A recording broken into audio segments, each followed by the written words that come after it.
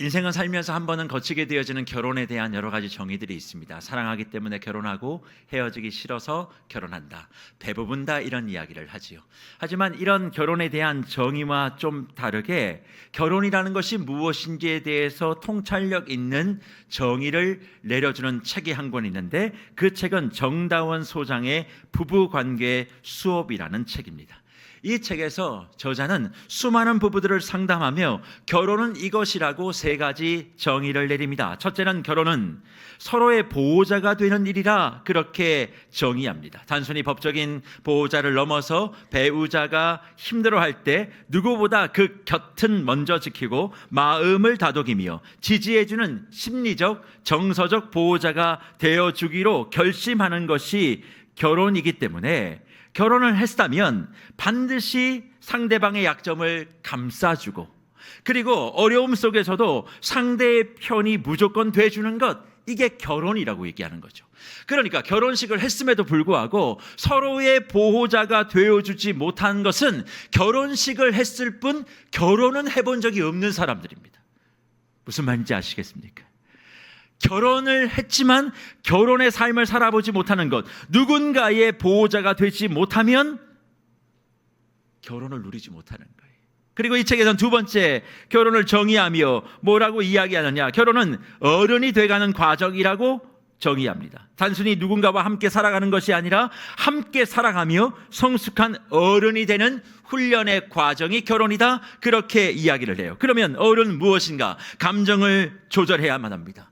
욕구와 욕망을 다스릴 줄 알아야 됩니다. 약속을 지키고 신뢰를 주는 사람이 곧 어른인 것이죠. 그래서 결혼 생활을 하다 보면 감정이 격해지는 순간이 찾아오지만 그 사소한 말다툼이 큰 갈등으로 변하지 않기 위해서 어른이니까 어떻게 해야 됩니까? 서로의 차이를 받아들이기 어려운 그 순간에도 감정에 휩쓸리지 않고 자신의 마음을 건강하게 표현하며 그런 말과 행동을 통해 서로에게 안정감을 주는 사람이 어른인데, 이런 어른이 되기 위해 결혼을 해야 한다는 것입니다. 그래서 결혼을 했는데도 여전히 애같이 구는 것, 그거 결혼 생활 안 하고 있는 것입니다. 나이 환갑 넘어도 애처럼 구는 부부가 있어요. 결혼 안 한 겁니다. 결혼은 어른이 되는 거예요. 어른이 되기 위해서 선택한 과정이 결혼인 것입니다. 그리고 마지막으로 결혼은 무엇인가? 반드시 서로에게 이득이 되는 관계여야 결혼이고 부부라 밝히고 있는 거죠. 단순히 함께 살아가는 것이 아니라 서로의 삶을 더 단단하고 풍요롭게 만들어가는 과정, 이것이 결혼이어야 한다는 겁니다. 구체적으로 경제적 공동체로 둘이 힘을 합쳐 경제적인 기반을 다지는 것, 그래야 결혼이래요. 그리고 심리적으로, 정서적으로 서로에게 도움이 되는 것, 함께 있을 때 불편하고 손해를 보는 것이 아니라 서로가 이득이 되고 서로가 득이 되어지는 관계, 이것이 결혼이라고 그 책은 정의합니다. 그러면 정 소장이 이야기한 결혼의 세 가지 정의를 가지고 저는 오늘 이 예배에 참석한 우리 성도님들에게 질문을 드려보고 싶어요. 특별히 결혼한 우리 성도님들 한번 스스로 답을 해보십시오. 나는 배우자에게 어떤 도움을 주고 있습니까? 나는 배우자에게 보호자로서 어떤 역할을 하고 있고 그 상대에게 어른다운 어른의 모습을 살펴내고 있는지 점검해 보시기를 주의 이름으로 축복합니다. 그리고 서로가 서로에게 도움을 정말 주고 있는가? 경제적으로, 심리적으로, 정서적으로, 신앙적으로 정말 서로에게 도움을 주는 존재로 그 사람 옆에 서 있는지 스스로 한번 질문하시고 답을 해보셔야 된다는 거예요. 그런데 이런 질문을 던지고 답을 해보라고 하면 많은 성도님들은 제게 이렇게 반문합니다. 목사님, 그건 이론이죠. 그건 다 좋은 말이죠. 하지만 결혼은 현실입니다. 어떻게 그렇게 살아낼 수 있습니까? 목사님, 안 살아봐서 그래요. 저 화상이랑 한번 살아보세요. 그런 말이 나오는가? 저 물건, 아유, 답도 없습니다. 그렇게 얘기하며 우리는 배우자에 대한 불편한 마음을 거리낌 없이 토로합니다. 목사님, 알지요. 긍휼한 마음을 가지고 사랑의 마음을 가지고 주님이 주시는 시선을 가지고 그렇게 해야 된다는 것 제가 몰라서 안 하는 것 아닙니다. 그런데 목사님, 제 아내 저 사람을 향해 뭐 더 꺼내줄 게 없어요. 다 메마른 것 같아요.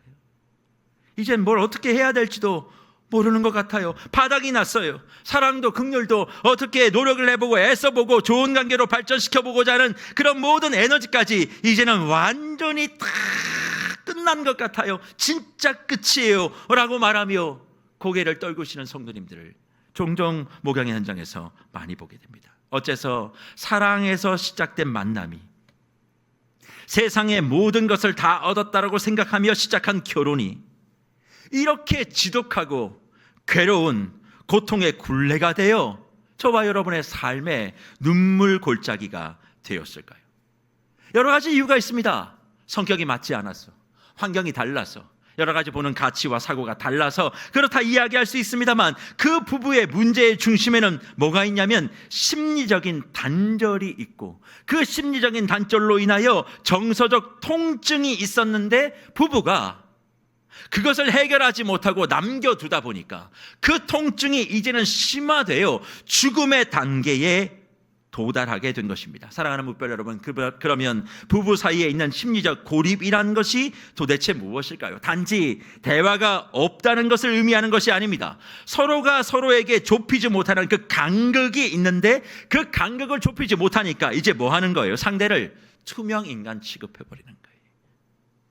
그리고 각자의 방으로 들어가서 저 사람이 어떻게 하든 나는 상관이 없어, 내가 사는 건 아무 문제가 없어, 그렇게 생각해버리고 행동하는 상태가 심리적 고립입니다. 그러니까 배우자가 뭘 하든 상관 안 하는 거예요. 그럼 도대체 왜 부부 사이에 이런 심리적 고립이 일어나게 됐을까요? 원인이 있는데, 그것은 인간은 누군가에게 단절과 배제와 거절을 경험하는 순간 내 몸의 팔다리가 절단되어 잘려나가는 고통과 통증보다 비교할 수 없는 고통을 어디가 경험하는 줄 아십니까? 뇌가 경험한다고 얘기합니다. 특히 내가 믿고 사랑했던 사람이 나를 거절해요, 나를 무시해요, 나를 경멸해요, 나 자신의 의견들을 배제하는 것을 딱 경험하게 되어지면 그 뇌가 고통스러워서 어찌할 바 모른다는 것입니다. 그래서 심리적 고립은 뭘 갖고 오냐면 정서적 통증을 갖고 온대요. 그래서 부부 사이에 믿었는데 나를 자꾸 거절해요, 나를 자꾸 모욕해요, 나를 자꾸 무시해요. 그러면 내 몸에 살점이 떨어져 나가는 것보다 더 심한 고통을 어디 안에서 경험해요? 결혼이라는 과정을 통해서 경험하게 되어지니까 이제 뭐가 되는 겁니까? 아무것도 할 수가 없다고 생각해버리는 거예요. 이제 끝났다, 한 줌의 기대조차 이젠 없다라고 생각해 버린다는 것입니다. 그러면 어떻게 될까요? 부부 관계가 사막화가 되는 것이죠. 그러니 사랑하는 묵별 여러분, 여기서 우리가 한번 생각해 봐야 될 내용들이 있습니다. 예수 그리스도를 믿는다라고 하고 예수 안에 있는 사람들이 부부가 되어 살고 있는 그 가정 속에서도 이런 광야와 같이, 사막과도 같이 서로 힘들어하고 있는 그 부부를 향하여 우리 하나님은 어떤 해결책을 주시겠냐는 거예요. 부부 사이의 문제는 없을 수 없습니다. 그런데 그런 문제가 발생할 때 도대체 우리 하나님은 어떻게 그 부부를 바라보시며 그 문제를 해결하라고 우리에게 도전하실까요? 기도 열심히 하라고, 예배 빠지지 말라고, 그러면 너희 부부 문제가 해결될 것이라고 우리에게 말씀하는 것이 아닙니다. 부부관계의 회복은 기도 열심히 한다고 되는 게 아니에요. 기도 마땅히 해야죠. 그러나 성경에서 부부의 문제를 회복하는 데 있어서 주님이 해결하시는 원칙은 기도해라, 말씀 읽어라, 그리고 예배 빠지지 마라, 그것이 아니라 주님만의 독특한 방법이 있다는 것을 저와 여러분이 오늘 기억하시고 돌아가시기를 주의 이름으로 축복합니다. 그러면 주님의 해결 방법은 무엇인가? 우리 하나님은 언제나 그의 사랑하는 백성을 어디로 인도하시는 모습을 종종 성경은 기록하고 있느냐? 광야로 인도하시는 모습을 발견합니다. 이해가 되지 않지요. 왜 사랑하는데 모든 것이 다 결핍되어 있는 그 광야로 하나님은 인도해 가시는 것일까? 그런데 그 이유가 있다 밝히며 오늘 본문 호세아서 2장 14절은 주님이 그렇게 하시는 이유를 이렇게 설명합니다. 그러므로 보라, 내가 그를 타일러 거친 들로 데리고 가서 말로 위로하겠다, 그렇게 말씀하고 있어요. 그러므로 보라, 내가 그를 타일러 어디로 데려갑니까? 거친 들로 데리고 간대요. 거친 들은 광야입니다. 그런데 데리고 가는 방법이 뭐냐면 그를 타일러서 데리고 간대요. 여기서 타일러서 데리고 간다라는 말은 히브리 말로 파타라는 말입니다. 이 말은 설득한다는 이야기예요. 그러니까 하나님이 저와 여러분의 삶을 광야로 이끄시는 것은 강제와 강압의 방법이 아니라 설득해서 데려가는, 초대하여 데리고 가는 모습인 것을 우리에게 가르쳐주고 있는 거죠. 그러면 광야에 왜 하나님이 초대하십니까? 광야는 징벌의 장소가 아니라는 거예요. 오히려 그것은 기쁨이 있는 잔치의 자리이니까 너와 나의 삶 가운데, 저와 여러분의 삶 가운데 하나님이 광야로 인도하시면 기대하셔야 되는 거죠. 나를 힘들게 하기 위해서가 아니라 더 좋은 것을 주시기 위한 잔치의 자리로 부르신 줄 믿고 거기에 응당 초대되어 가는 것입니다. 이것을 부부관계에 적용하면 이런 거예요. 부부 사이가 갈등이 있어요.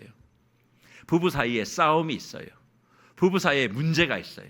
그러면 저 사람과 내가 안 맞아서 그렇다고 보는 것이 아니라 이걸 어떻게 받아들여야 되냐면, 하나님이 우리 두 부부를 광야로 초대하고 있으시구나.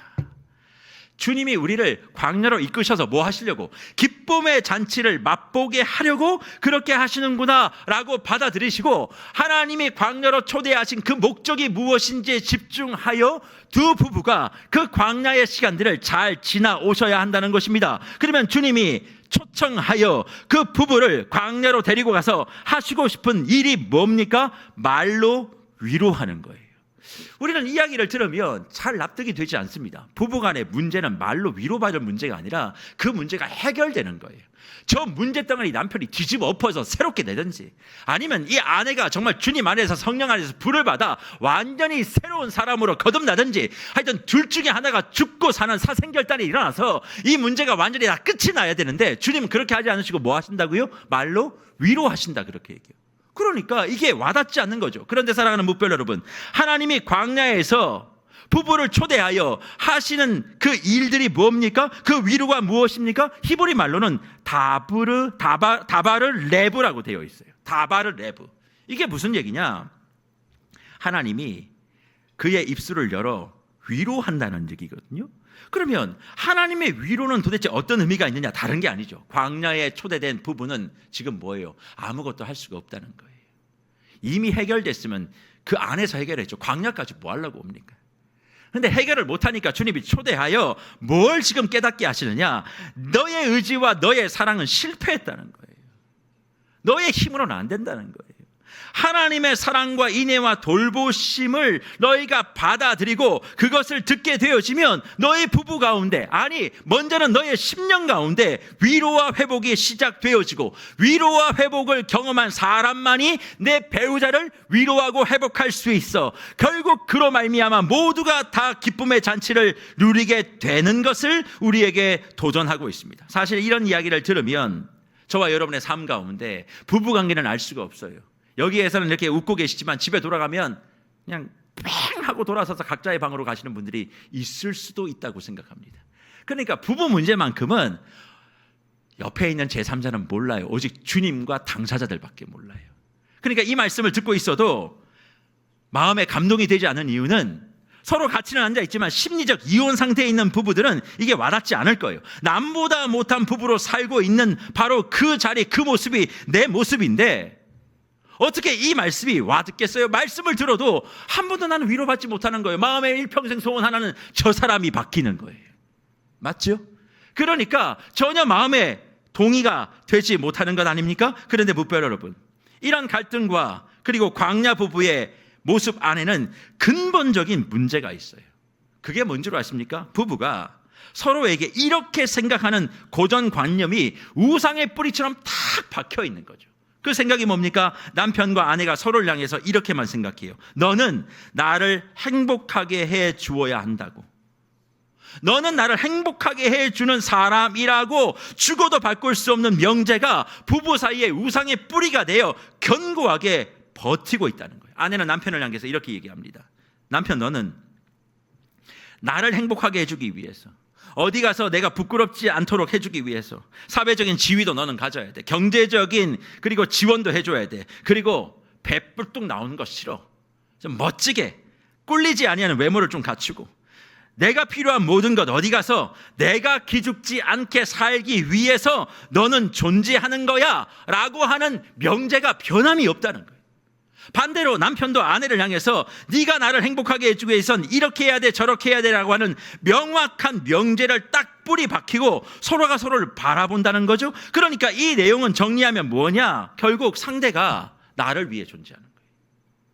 상대가 나를 위해, 너는 나의 종이 되고 너는 나를 위해 존재하는 하인과도 같은 자기 중심성이 우상이 되어 부부가 뿌리를 내리고 있기 때문에 부부는 갈등하고 그리고 고통하며 싸움하며 파탄한 일에 이를 수밖에 없다는 것입니다. 그러니까 자기 중심을 주장하는 두 부부가 서로 결혼을 할 때는 같은 방향으로 가자고 한 기차를 탔는데 부부의 삶을 지속하다가 이제 뭐예요? 서로가 기관사가 되겠다라고 그렇게 나서며 마주보고 달리는 거예요. 네가 핸들 먼저 꺾으라고, 나는 못 꺾는다고. 그럼 무슨 일이 벌어집니까? 기차가 결국 부딪힐 수밖에 없잖아요. 그러니까 부딪히기 싫으니까 그 다음부터 뭐 하기 시작하는 거예요? 외면해버리는 거예요. 이제 싸우기도 싫다는 거예요. 지긋지긋하다는 거예요. 그러니까 외면해버리면서 서로를 투명인간 취급하는 비극의 모습으로 결혼의 마지막을 향해 달려가는 이들이 많이 있다는 겁니다. 그런데 그런 부부에게 주님은 광야로 부부를 초대하며 위로의 말을 전한다고 얘기해요. 그러면 주님이 말씀하시는 위로의 말은 뭐냐? 다른 게 아닙니다. 네가 죽어야 된다는 거예요. 상대를 죽이려고 하지 말고 네가 죽어야 된다. 네 목소리가 죽으면 뭐가 들리게 될 거야? 나의 음성이 들리게 될 거야. 너의 고집이 꺾이면 하나님의 음성이 들리는데, 하나님의 음성은 뭐냐? 사랑의 음성, 위로의 음성, 회복의 음성. 그게 들려지면 너희가 생각하는 광야의 자리가 기쁨의 잔치가 될 수 있다, 우리에게 말씀하고 있는 거죠. 더 쉽게 설명하면 주님은 광야로 초대한 부부에게 이렇게 말씀하는 거예요. 너는 너의 사랑으로 그 사람을 사랑할 수 있다고 생각했지? 근데 그거 착각이야. 너의 힘으로는 사랑할 수 없어, 그 사람을. 너의 사랑은 이미 바닥이었어. 너는 한계가 있었어. 그러니까 지치기도 하고 질리기도 하는 거야. 사랑으로 시작했지만 그 사랑이 없는 것 같다라고 이야기하는 이유는 이미 네 안에 그런 사랑은 없었는데 마치 네가 사랑한다고 생각하고 내가 뭐 좀 해보겠다고 생각하니까 그런 일들이 벌어난 것 아니니? 그런데 이제 너를 봐. 내가 할 수 있다는 걸 이제 포기하고 이제 할 수 있는 건 하나님의 영원한 사랑이 너희를 향한, 너희 부부를 향한 하나님의 그 거룩한 사랑을 너희가 좀 가지고 하나님의 사랑으로 먼저 네가 회복되고 위로를 받고 그리고 난 다음 그 사랑과 위로로 상대를 사랑하고 위로하게 되어져야 두 부부가 살아날 수 있다. 광야에서 주님은 말씀하고 있는 거예요. 그러니까 부부가 싸웠어요. 부부가 갈등이 있어요. 부부가 문제가 있어요. 그러면 가장 먼저 해야 될 게 뭐냐면 저 사람의 문제를 지적할 것이 아니라 내가 고집해뒀던 것을 내려놓고 주의 음성을 듣는 거예요. 저를 사랑할 수 있는 방법이 없어요. 그러니까 저 사람을 사랑하기 위해서 뭐예요? 나를 사랑하시는 하나님의 사랑으로 내가 먼저 채워지고 하나님이 내 마음속에 가지고 있는 상처를 먼저 위로하시는 것을 경험하고 난 다음 그 배우자를 내가 사랑하고 회복할 수 있는 단계를 밟으면 주님이 그 광야로 초대한 부부, 어떻게 여기를 나를 인도하게 하셨나? 이렇게 투덜거리는 그 광야의 부부에게 하나님이 풍성한 잔치를 누릴 수 있다. 그렇게 말씀하고 있는 것입니다. 그런데 이런 말씀을 드리면 많은 성도님들은 목사님 그거 몰라서 안 하냐고. 내 신앙생활이 몇 년인데 자아를 내려놓고 하나님의 말씀을 들으라는 얘기 내가 얼마나 많이 들었는지 아냐고. 그런데 그게 잘 안 된다고 그렇게 말씀하시며 너무 힘듭니다, 어렵습니다, 그렇게 질문하시는 성도님들을 많이 만나보게 됩니다. 왜 그럴까요? 말씀은 들었으나 그것을 구체적으로 부부 사이에 어떻게 해야 되는지에 대해서는 배워본 적이 없기 때문에 그래요. 자아를 꺾어라, 내려놓아라, 하나님의 음성을 들어라, 이거 모르시는 분들 계십니까? 근데 이것을 구체적으로 부부 사이에 어떻게 해야 되는지에 대해서 성경이 가르치고 있는데 한 번도 배워본 적이 없기 때문에 그 삶을 누리지 못하는 거예요. 그러면 주님은 어떻게 부부 사이에 이런 모습을 구체적으로 행할 수 있다 가르치실까요? 호세아 2장 15절에 그 해답을 주고 있습니다. 거기서 비로소 그의 포도원을 그에게 주고 아골 골짜기로 소망의 문을 삼아 주리니 그가 거기서 응대하기를 어렸을 때와 애굽 땅에서 올라오던 날과 같이 하리라, 그렇게 말씀합니다. 거기서 광야에서 비로소 그의 포도원을 그에게 준대요. 광야에서 포도원이 되게 해주시겠다는 거예요. 근데 방법이 뭐냐? 중요합니다. 아골 골짜기로 소망의 문을 삼아주는 거예요. 아골 골짜기로 소망의 문을 삼는다는 이 말씀이 무엇인 줄 아십니까? 아골 골짜기는 눈물과 한탄과 실패와 절망의 상징입니다.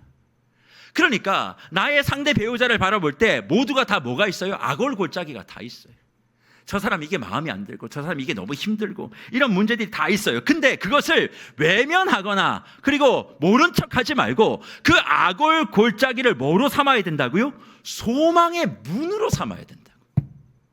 그러면 내 상대 배우자의 상처와 아픔과 고통을 소망의 문으로 삼아 내 광야와 같은 부부생활과 가정생활이 풍성한 포도원이 될 수 있도록 하기 위해선 어떻게 하라는 이야기인가? 이 얘기는 다른 이야기가 아닙니다. 상대 배우자의 아골 골짜기의 흔적을 여러분이 지나치시거나 무시하거나 비난하거나 조롱할 것이 아니라 그 아골 골짜기의 상처를 바라보는 시선이 변화되어야 함을 말씀합니다. 더 쉽게 설명하면 이런 이야기죠. 부부 사이의 싸움이 대부분 여러 가지 이유가 있습니다만 일어나는 가장 중요한 이유 중에 하나가 뭔 줄 아세요? 부부가 사용하는 언어의 문제입니다. 말의 문제, 말투의 문제. 똑같은 말인데 기분 나쁘게 하기 때문에 싸우는 거예요. 근데 이건 나이가 들어도 똑같아요. 그렇죠? 결국 부부 사이의 싸움은 그 말인데 문제는 그런 말이 어디로부터 출발하느냐? 그 사람이 성장하고 자라온 배경 속에 그 말은 뿌리를 내리고 있어요. 그러니까 말을 하면 참 말을 예쁘게 좋게 하는 사람이 있고 모나게 못나게 하는 사람이 있죠. 왜 모나고 못나는 줄 아십니까? 자라오는 성장의 과정이 상처투성이, 모투성이, 그리고 아픔투성이 때문에 그렇다는 거예요. 그러니까 그런 얘기 들을 때 왜 말을 그렇게 기분 나쁘게 하냐고, 왜 저래, 저 사람 왜 저러는 거야, 이렇게 화를 내는 것이 아니라 아골 골짜기를 소망의 문으로 바뀌는 것은 그렇게 얘기하는 순간 뭐가 보이는 거예요? 그 사람의 상처가 보이는 거예요. 저 사람이 자라오면서 집안에서, 저 사람이 학교 생활하면서, 저 사람이 혼자 삶을 살아내면서 받아왔던 인생의 시간 속에 이런 고통이 있었구나. 어린 시절 그의 마음속에 결핍이 있었구나. 그래서 저 사람이 지금 거칠게 말하고 그리고 또 모나게 말하는 것은 나를 죽이기 위함이 아니라 자기 안에 상처가 해결되지 못해서 터져 나오는 것이구나. 그렇게 생각하며 그 사람을 바라봐야 한다는 거예요. 그래서 용납은 무조건 참는 게 아니죠. 용납이 제가 뭐라고 말씀드렸습니까? 상대방의 어떤 연약함을 하나님의 긍휼과 사랑으로 해석하는 게 용납이라고 말씀드렸어요. 그러면 배우자가 무언가를 얘기할 때 내 마음에 들지 않을 때 왜 이러는 거야가 아니라 지난 세월에 상처가 있었구나, 그렇게 생각하고 그 지점을 소망의 문으로 바꾸기 위해서 그 상대의 마음을 헤아리는 것이 우선될 때 주님은 아골 골짜기를 소망의 문으로 바뀌어 그 부부를 포도원 부부로, 부요한 부부로, 화평의 부부로 만들어 주신다, 우리에게 약속하고 있는 것입니다. 그런데 믿음의 부부 사이에 상대에 대한 상처를 읽고 있는 눈이 있으신지 한번 돌아보세요. 그 사람이 잘못한 것에 대하여 나열하는 거 말고 이 사람이 그렇게 할 수밖에 없었던 영혼과 마음의 상태가 무엇인지를 읽지 않으면 절대로 부부 사이의 아골 골짜기는 소망의 문이 될 수 없는 것입니다. 문제가 발생하고 상처가 발생되면 무안주고 비웃으라는 얘기가 아닙니다. 그 오랜 시간 동안 저 상처를 간직하며 살았던 상대 배우자의 아픔에 공감하라는 거예요. 그 사람이 그 상처를 안고 외롭게 분투하고 그럼에도 살아보려고 발부둥 치는 그 사람의 애씀이 눈에 들어오게 될 때 저와 여러분의 부부 생활 가운데 아골골장이는 소망의 문으로 변화되어지는 줄 믿습니다. 그런데 이런 노력은 하지 아니하고 뭐만 해요? 기도만 해요. 기도도 뭡니까? 저 사람 바뀌게 해달라고. 얼마나 자기 주관적인 기도입니까? 그러니까 기도만 하고 있으니까 상대가 변화되지 못하고 기도라고 하는 수단을 통해서 저 사람을 변화시키고 싶은 요구만 계속하고 있는 거예요. 정말 부부 관계의 회복을 원하십니까? 그렇다면 상대 배우자의 상처를 나의 상처로 생각하고, 저 사람이 저 상처를 가지고 여기까지 왔고 그럼에도 살아보려고 애쓰는 모습이 안타까워.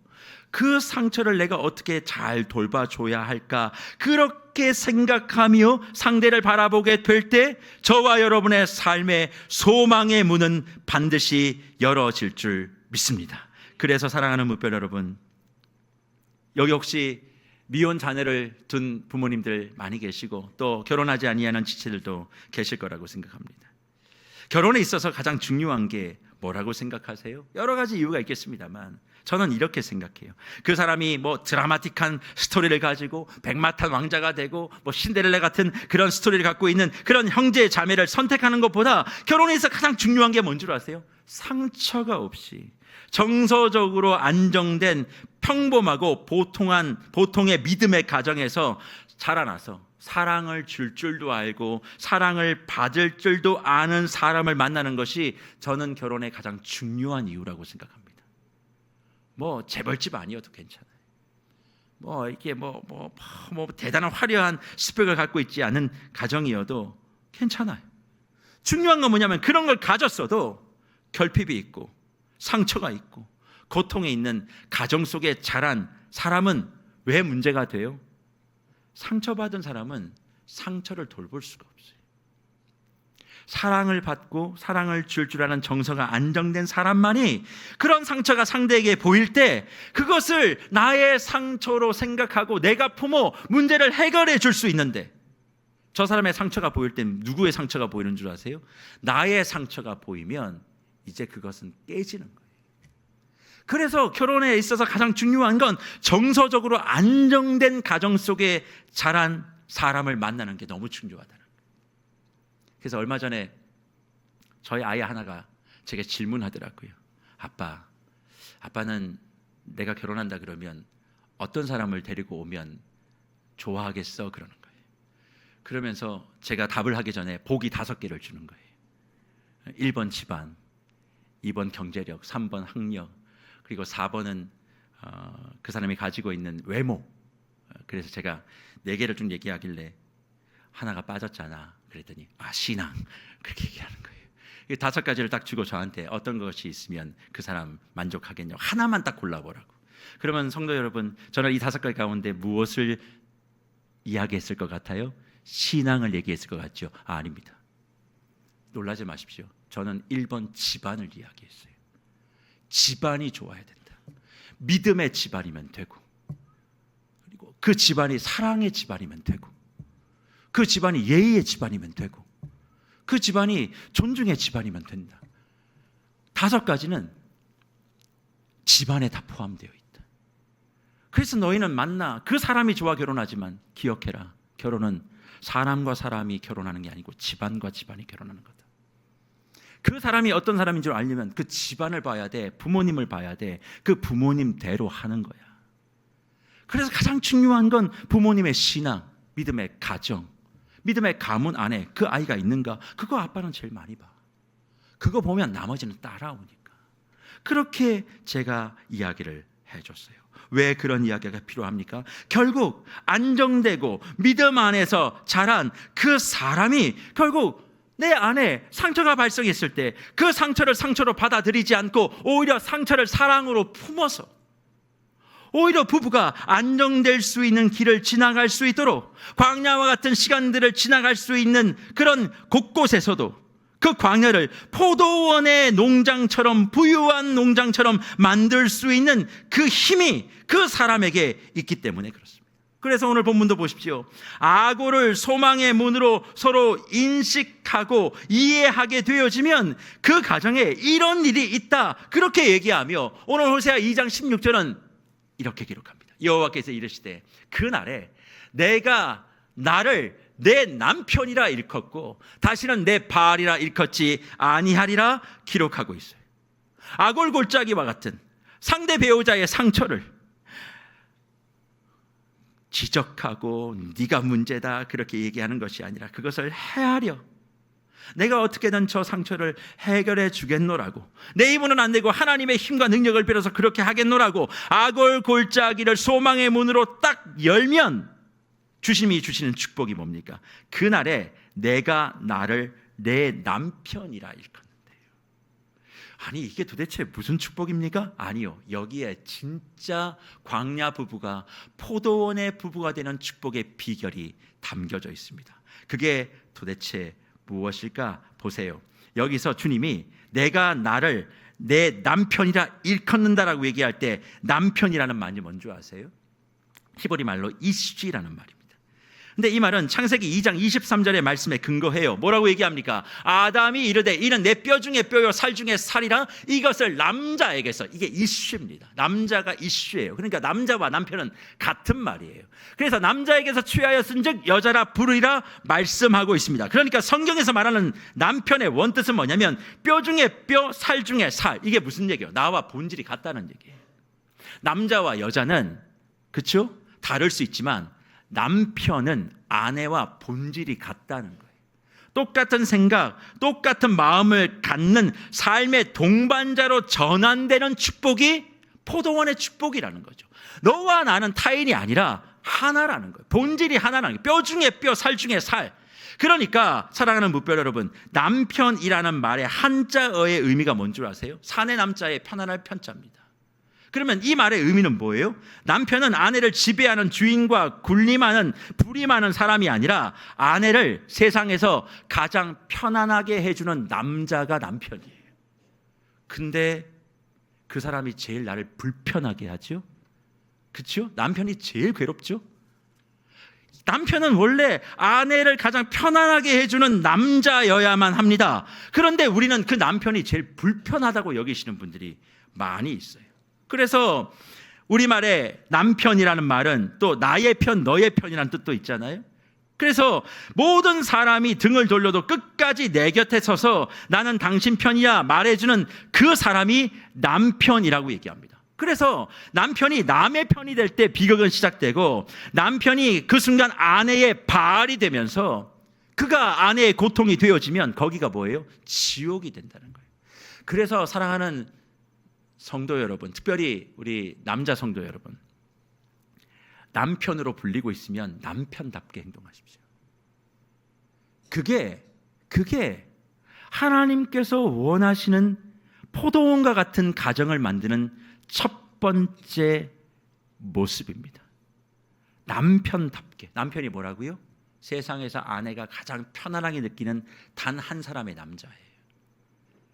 내 아내가 다른 남자에게 편안함을 느끼면 되겠습니까? 내가 가장 편안하게 느낄 수 있는 그 한 사람, 그게 남편이 될 때 그 가정은 포도원과 같은 부유함을 누리는 가정이 될 수 있다, 우리에게 말씀하고 있어요. 그런데 문제는 제가 남편들에게 이런 이야기를 계속 드리면, 목사님은 자기도 남자고 남편이면서 맨날 남자들만 뭐라 그런다고 굉장히 이게 또 불만이 많으시더라고요. 내가 볼 때는 저 여자가 문제인데 왜 목사는 자꾸 나에게 내가 달라져야 된다고 나만 자꾸 혼내냐, 그런 분들이 계시는데 제가 그 아내들에게도 오늘 말씀을 드릴 겁니다. 사랑하는 아내 여러분, 아내라는 말의 의미가 어떤 의미인 줄 아십니까? 아내라는 말은 우리나라 말입니다.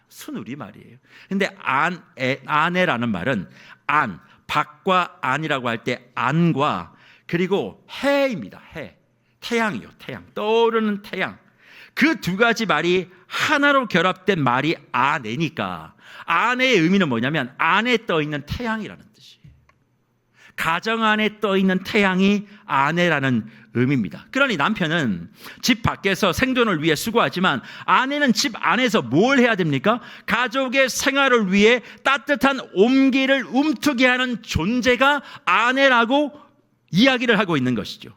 그래서 집에 이런 역할을 하는 아내가 없으면 집은 하우스예요. 하우스가 뭡니까? 건물입니다. 건물. 가정은 홈이죠. 그러니까 건물로서 유지되어지는 집이 아니라 가정이 되기 위해서는 아내가 뭐 해야 됩니까? 집 안에서 따뜻한 온기를 계속 뿜어내야 된다는 거예요. 그래서 과거에 종종 아내를 소개할 때 우리 집사람입니다 라고 얘기했던 것은 집을 지키는 사람이 아니라 집 안에 온기를 데우는 사람입니다 라는 의미를 담고 있는 거죠. 그리고 여기에 성경적으로 아내는 뭔가 에제르라고 하는 말인데, 이 말은 남편의 결핍을 채워 온전하게 하는 하나님의 대리자라는 의미로 시편 121편 1절과 2절은 사용하고 있다는 겁니다. 그러니 사랑하는 무별 여러분, 부부가 서로 동역자, 동반자, 생각이 다른 자가 아닙니다. 결혼을 통해서 부부가 되면 둘은 그냥 하나예요. 본질이 하나입니다. 남편은 아내를 그렇게 생각해야 됩니다. 남을 공격하는 남보다 못한 존재가 아니라, 나를 공격하는 남보다 못한 존재가 아니라, 나를 채워줄 도구로서의 남편과 아내가 아니라, 그도 나와 같이 나약한 사람이지만 평생 나의 편이 되어주고 나의 온기가 되어주는 그 사람임을 서로 인정하고 그 역할을 감당하게 될 때 모든 갈등의 문제가 풀어지고 주님께서 허락하여 주시는 부부를 통해 허락해 주시는 놀라운 복을 누리게 된다는 것입니다. 그런데 사랑하는 부부 여러분, 그렇게 하고 계십니까? 아내를 바라보며 내 생각과 너무 다르다고. 아닙니다. 그냥 아내가 원하면 그냥 해주시면 됩니다. 고민할 게 뭐가 있어요? 남편 여러분, 아내의 편이 되십시오. 지적하고 옳고 그름을 따지지 말고 그냥 아내가 원하면 이유가 있겠지 생각하고 그냥 하면 됩니다. 아무도 아멘을 안 하시는군요. 그냥 아내가 원하고 바라는 게 있으면 묻지도 따지지도 말고, 그래 여보가 원해? 알았어, 할게. 그러면 그 부부가 포도원 부부가 되는 거예요. 아내 여보는 어떻게 하셔야 됩니까? 늘 남편이 퇴근하기 전까지는 핸드폰 보고 TV 보면서 깔깔꼴꼴 웃고 계시다가 남편만 퇴근하면 왜 이제 오냐고 인상 쓰고 화내고 밥은 좀 먹고 들어오라고 그렇게 이야기하면 어떻게 그의 가정이 풍성한 포도원이 되겠습니까? 오히려 그런 아내 덕분에 그의 가정과 부부 생활은 차가운 사막이 될 수밖에 없지 않겠습니까? 남편에게, 자녀에게 24절 따뜻한 빛을 비추고 어디로 가야 될지 모르는 그런 사람들에게, 남편에게 항로를 전하는 등대의 불꽃이 되어줄 수 있는 것은 오직 아내밖에 없는데 왜 그렇게 싸늘하고 차갑게 뭐 말만 하면 내가 몇 번을 이야기하냐고 그렇게 이야기하며 못마땅한 얼굴로 검사의 옷을 입고 그렇게 그 가정을 지키고 있는데 어떻게 그 가정 안에 풍성한 은혜가 누려질 수 있겠습니까? 그러니 남편과 부부가 서로 남편됨을, 아내됨을 하지 않고 뭐만 하려고 하니까? 기도만 하려고 하니까 일이 안 되는 겁니다. 왜 부부간의 문제를 하나님께 자꾸 맡깁니까? 하나님은 너희가 풀라고 말씀하시고 짝을 지어주셨어요. 그러면 아내와 남편이 각자의 역할에서 내가 해야 될 것을 하면 문제는 풀어지게 되어 있습니다. 그리고 문제가 풀어진 상태에서 두 손을 맞잡고 교회에 나와 나에겐 그런 힘이 없다고, 하나님 그 힘을 더 공급해달라고 그렇게 주님의 은혜를 간절하게 구할 때 주님께서는 말로 다 할 수 없는 사랑과 은혜를 그 부부 사이에 쏟아주셔서 광야 속에서 고통하고 있는 부부를 소망의 문을 여시고 풍성하고 아름다운 포도밭으로 그의 부부와 가정을 만들어주겠다 약속하고 있는 것이 아닙니까? 그런데 왜 상대 배우자를 바라보면서 그의 상처를 더 아프게 만들고 받아들이지 못하고 조목조목 따지며 그렇게 서로를 괴롭히고 계십니까? 그러면 어떻게 우리는 광야에 서 있는 부부의 모습을 소망의 문을 열어 하나님이 원하시는 풍성한 포도원의 삶을 살아내는 부부로 살아갈 수 있을까요? 저는 세 가지의 말씀을 우리 무별들에게 드리며 오늘 말씀을 마쳐보려고 합니다. 먼저는 사랑하는 부부 되시는 남편과 아내가 하셔야 될 게 있습니다. 그게 뭐냐? 서로 잘못을 지적하는 검사의 옷을 좀 벗고 일상복으로 좀 갈아입으세요. 일상복으로, 편안한 옷으로. 서로를 바라볼 때 좀 편안해야 되지 않겠어요? 그러니까 같은 옷, 같은 색깔, 홈웨어를 좀 같이 입고 너도 나하고 같은 처지구나. 내가 잘나면 얼마나 더 잘났니? 너나 나나 비슷비슷하니까 눈 맞아서 결혼했겠지. 그렇게 생각하며 더 대단한 걸 요구하지 말고 네가 입고 있는 옷이나 내가 입고 있는 옷이나 똑같다는 걸 인정하고 평상복, 편한 옷을 부부가 서로 입으시는 은혜를 누리시기를 주의 이름으로 축복합니다. 그리고 난 다음 부부의 손에 무엇을 들어야 되느냐? 피크닉 가방을 들어야 돼요. 소품 가방이에요. 그 소품 가방 안에는 뭘 담아야 되느냐? 하나님의 사랑을 담아야만 합니다. 내가 이 상대 배우자를 사랑할 수 있는 사랑이 내 안에 없음을 고백하고, 주님, 이 사람을 사랑할 수 있는 하루치 사랑을 이 가방에 좀 넣어주세요. 이 사람을 용납할 수 있는 하루치 용납을 내게 좀 넣어주세요. 그래서 하나님이 허락해 주시는 하루치 사랑과 하루치 용납과 하루치 긍휼을 가지고 그 사람과 소풍을 떠나는 것입니다. 내가 어떻게 해보려고 하지 말아요. 하나님께 그것을 입금받아 그것만큼 내가 출근하겠습니다. 내가 그것을 베풀겠습니다. 그렇게 생각할 때 주님께서는 저와 여러분의 각자의 삶을 기억하시고 베푸실 만한 은혜와 자비를 허락해 주실 것입니다. 그리고 마지막으로 이제 평상복으로 갈아입었어요.